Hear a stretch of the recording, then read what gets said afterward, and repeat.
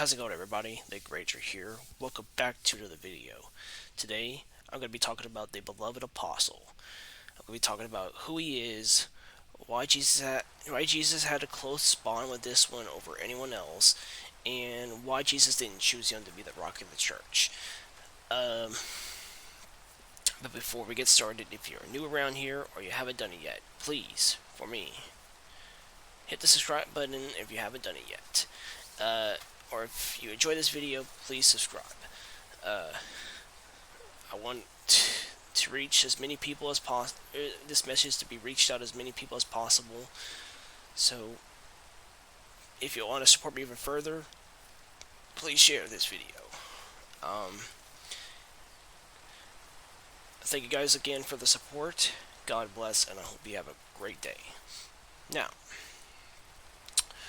why did Jesus choose him over anyone else? To be like a brother to him. And who is he? And why didn't he become a rock of the church? So I'll start off with who he is.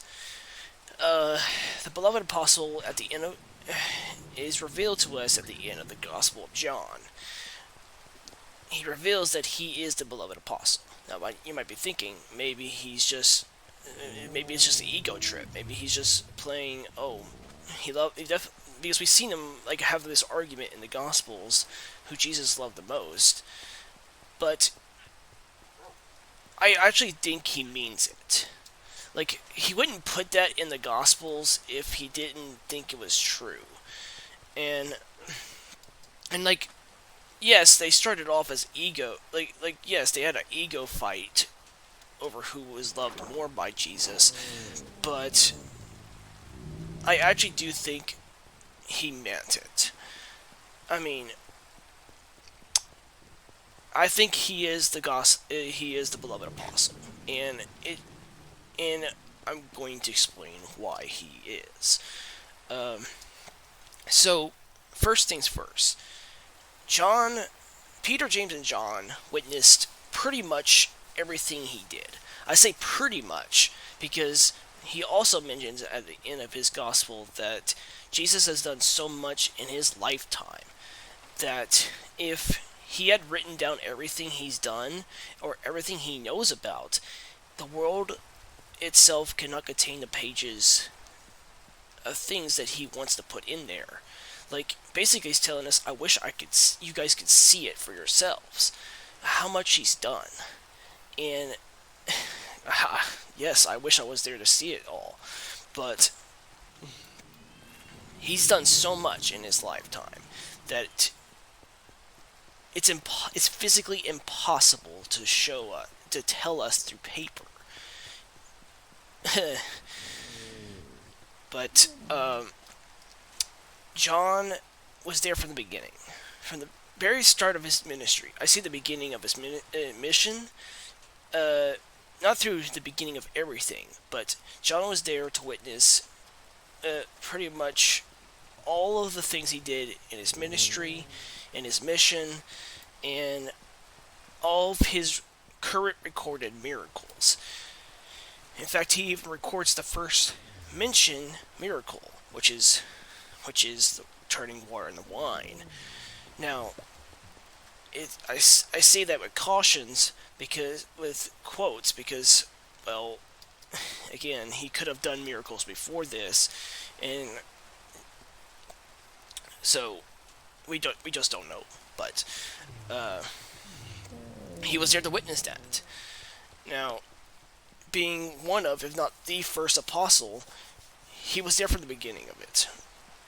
And not only that, but Peter, James, and John would constantly be pulled aside for Jesus to teach them give them important information to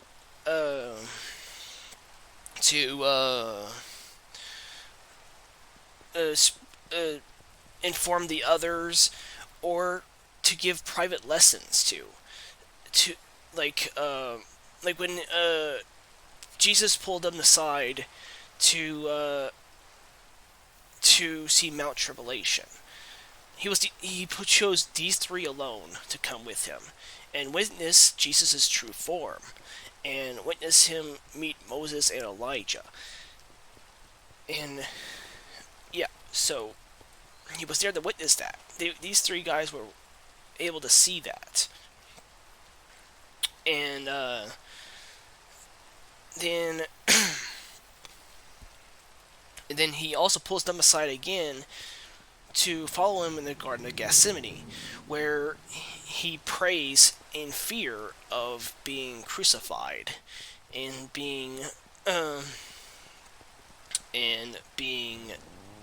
not just crucified, but also separated from the Father for the first time in all of creation. It's very clear that he wanted them three to be there in his in in his most dire hour. And so yeah, he was there from the beginning. So if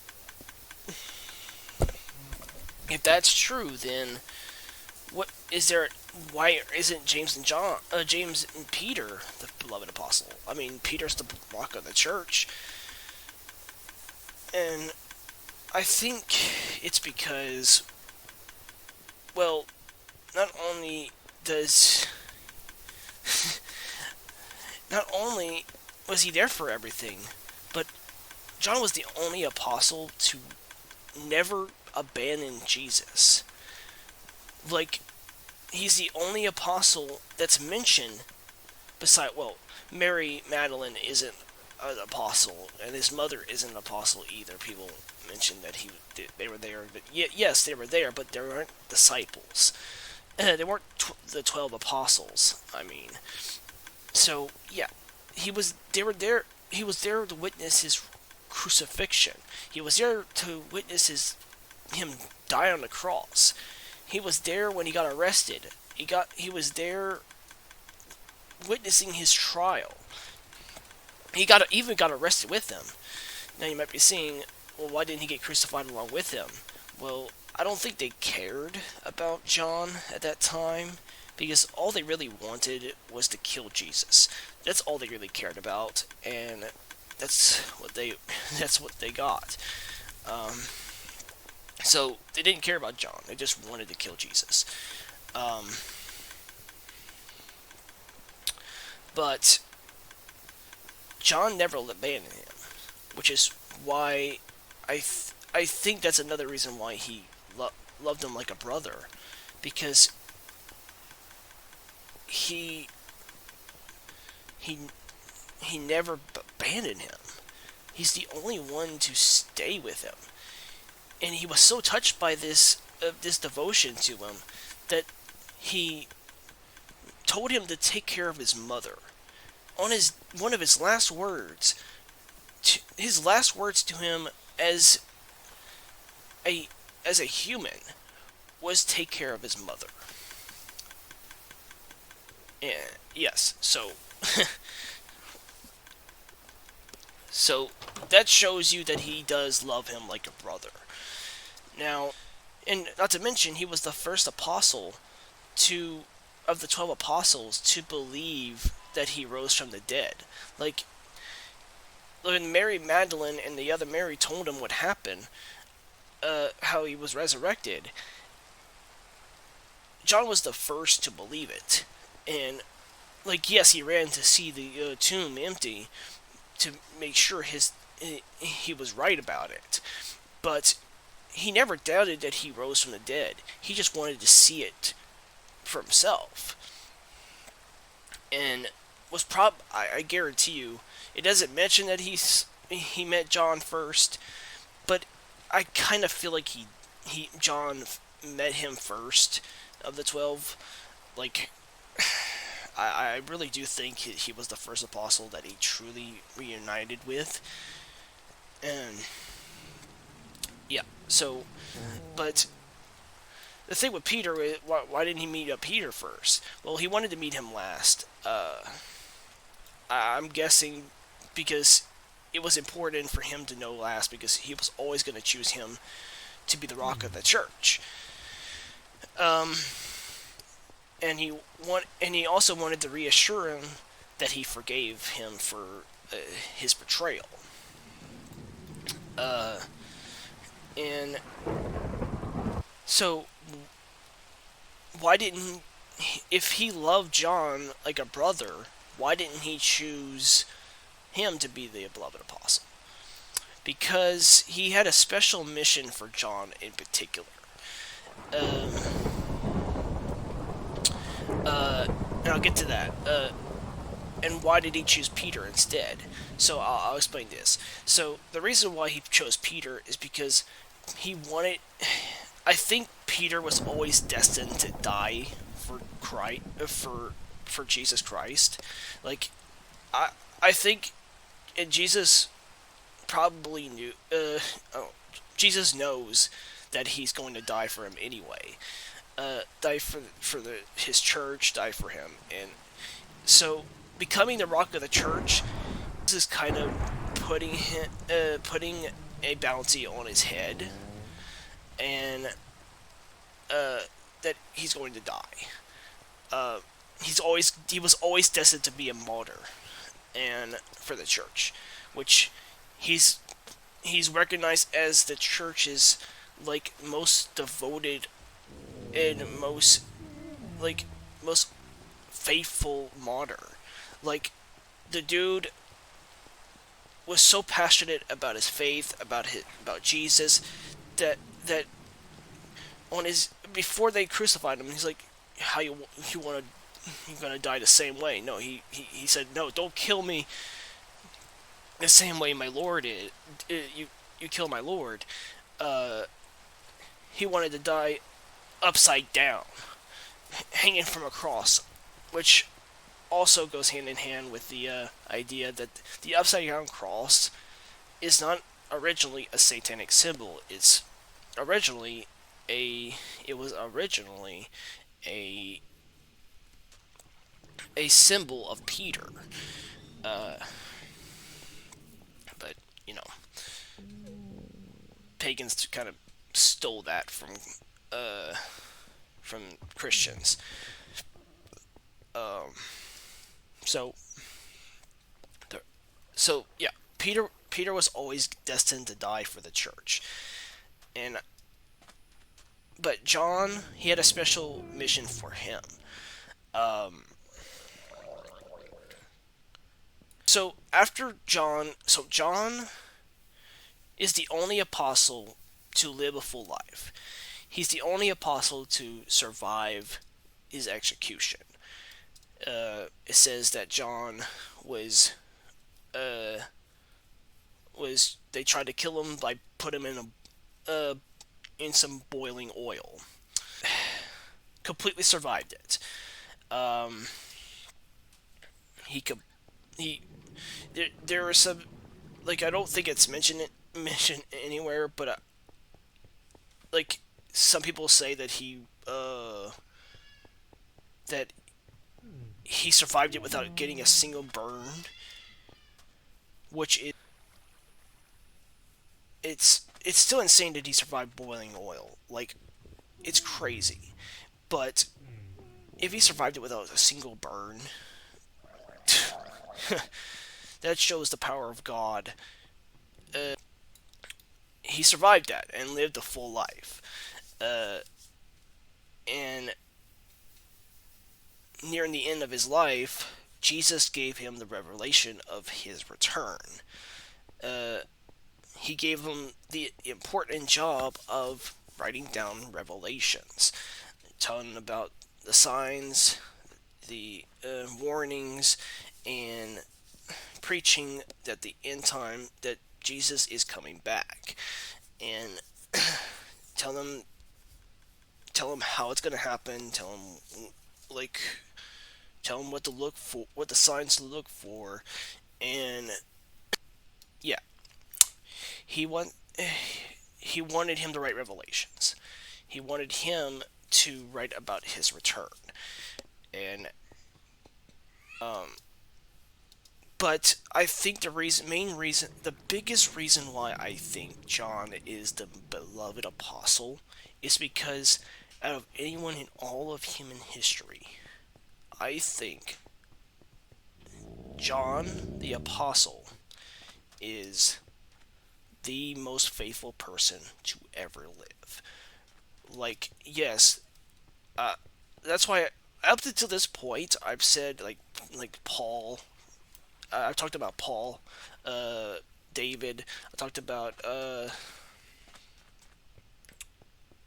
Isaiah. I talked about Saint Joseph. Like, I talked about all these people, and I don't think anyone has come close to his level of faith and and determination. Yes, he doubted, yes, he questioned, yes, he was skeptic at times, but he was always quick to come back. He was always he as soon as he understood, he was always back to Jesus' side, and and was always the first to figure out what was going on. His faith, I guarantee you, his faith combined with he had more faith than probably all the 12 apostles combined. And that's saying a lot. And I think that's why Jesus had such a profound brotherly love towards this man, because his faith was very strong. This poor, very poor fish. To think about who he was just a poor fisherman. He was a fisherman. And this fisherman had more faith than anyone in all of human history. From Adam and Eve till now. And like even now, like I could he he's still probably the most faithful person of all time. And I think that's why Jesus considered him worthy to tell us about his return, and and tell us and and why he chose him to be his brother. And also, I'd like to mention that some people believe that John of Patmos is not the same guy who wrote the Gospel of John. Um, the guy who survived, again, like, I don't believe in coincidences. So so John's, after his miraculous survival of being boiled alive, he gets exiled to Patmos. What is John of Revelation? Patmos. John of Patmos. There's not a there's it's not a coincidence that the John of the John that wrote the Gospel of John is not the same guy who wrote that wrote Revelations. I don't know why it's so hard to connect them, but they're the same guy. I'm sorry, skeptics. They're the same person. But that's what it is, man. He was he was there from the beginning. He he never abandoned him. He had more faith than any of the other disciples combined.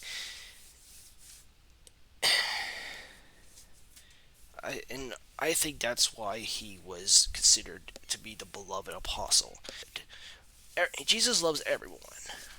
I want you to remind Jesus loves everyone. Jesus died for us all.